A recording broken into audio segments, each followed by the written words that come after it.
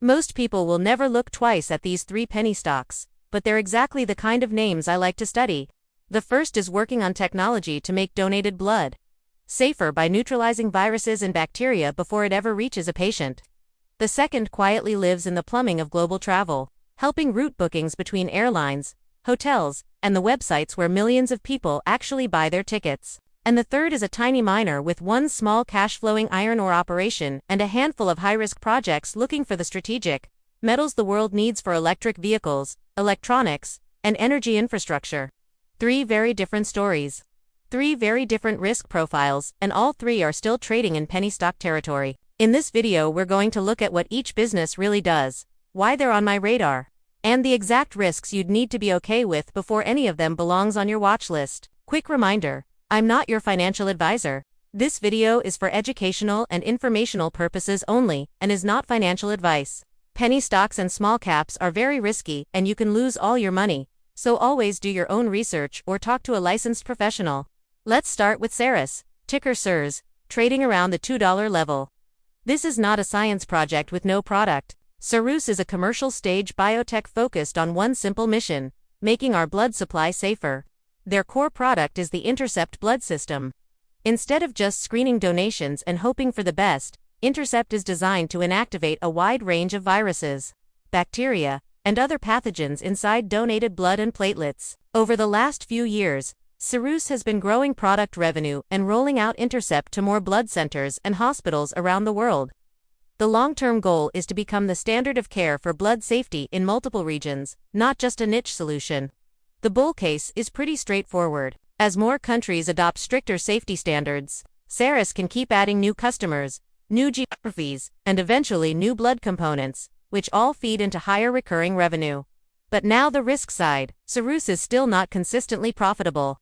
They've done a good job cutting losses over time, but this is still a race to grow revenue faster than expenses in a very regulated, slow-moving healthcare ecosystem. So, at this price, CERS is basically a bet that a company with a real, life-saving product can scale far enough to cross that profitability line and stay there. If you like this style of honest, no-hype penny stock breakdowns, tap like and make sure you're subscribed. It helps a lot more than you think. Next up, we jump from hospitals to airports with Sabre, ticker SABR, trading in the mid-single digits. If you've ever booked a flight or hotel through a travel website or an agency, there's a good chance Sabre's technology helped route that transaction behind the scenes. Sabre runs one of the major global distribution systems that sit in the middle of the travel world. They connect airlines, hotels, and car rental companies on one side with travel agencies and online booking platforms on the other. The investment story here is tied directly to the recovery and long-term growth of travel. The pandemic crushed demand, and Sabre had to take on a lot of debt just to survive. Now, as flights, hotel stays, and business travel come back, Sabre earns more each time people book trips through its network. The bull case is that Sabre's deep relationships, long-term contracts, and massive transaction volume will let it grow back into its old role as a travel infrastructure giant. If travel demand keeps trending higher over the next decade, that tailwind could be powerful. But the risks are not small. That pandemic debt is still sitting on the balance sheet, and servicing it is a real drag. Sabre also faces tough competition and pressure to modernize its technology, while still paying interest and investing for growth.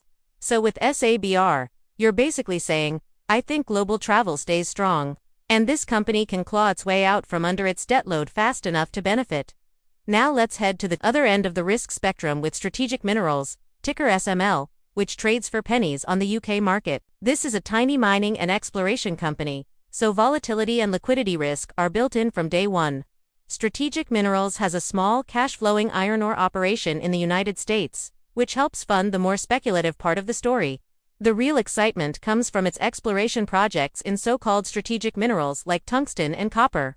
Why does that matter? These metals are critical for things like electric vehicles, renewable energy infrastructure, advanced electronics, and defense applications. If demand for these materials keeps rising, high-quality deposits can become incredibly valuable. That's the bull case. SML gives you early-stage exposure to projects that might one day feed into the global supply chain for these essential materials, while the existing operation keeps some cash coming in. But mining exploration is one of the riskiest business models in public markets. Drilling costs money, timelines can stretch for years, and most exploration projects never become full-scale mines. On top of that, as a microcap, the share price can move sharply on relatively small amounts of news or volume. So with SML, you're not buying stability. You're taking a speculative swing that one or two key projects eventually prove big enough to justify a much higher valuation. Stepping back, what ties these three together is not their business model, but the shape of the bet you'd be making. Cerus is the real product, not yet profitable play in a mission-critical healthcare niche. Sabre is a leveraged recovery story on the travel industry, and Strategic Minerals is a tiny explorer trying to ride the long-term demand for critical metals. None of these are safe ideas, and they shouldn't be treated like blue-chip core holdings. They're tools for building a watch list, not a shopping list. The real question is which type of risk, if any, actually fits your personality and strategy. Do you lean toward a commercial-stage biotech that just needs time to scale, a heavily indebted travel infrastructure company, or a high-volatility miner where one drill result can change everything? Let me know in the comments which of these three you find most interesting, or if you're staying far away from all of them. If you like this kind of honest, no-hype breakdown of penny stocks, hit like, subscribe to Penny Stock Pulse, and share this video with someone who loves digging into weird corners of the market. Thanks for watching, and I'll see you in the next one.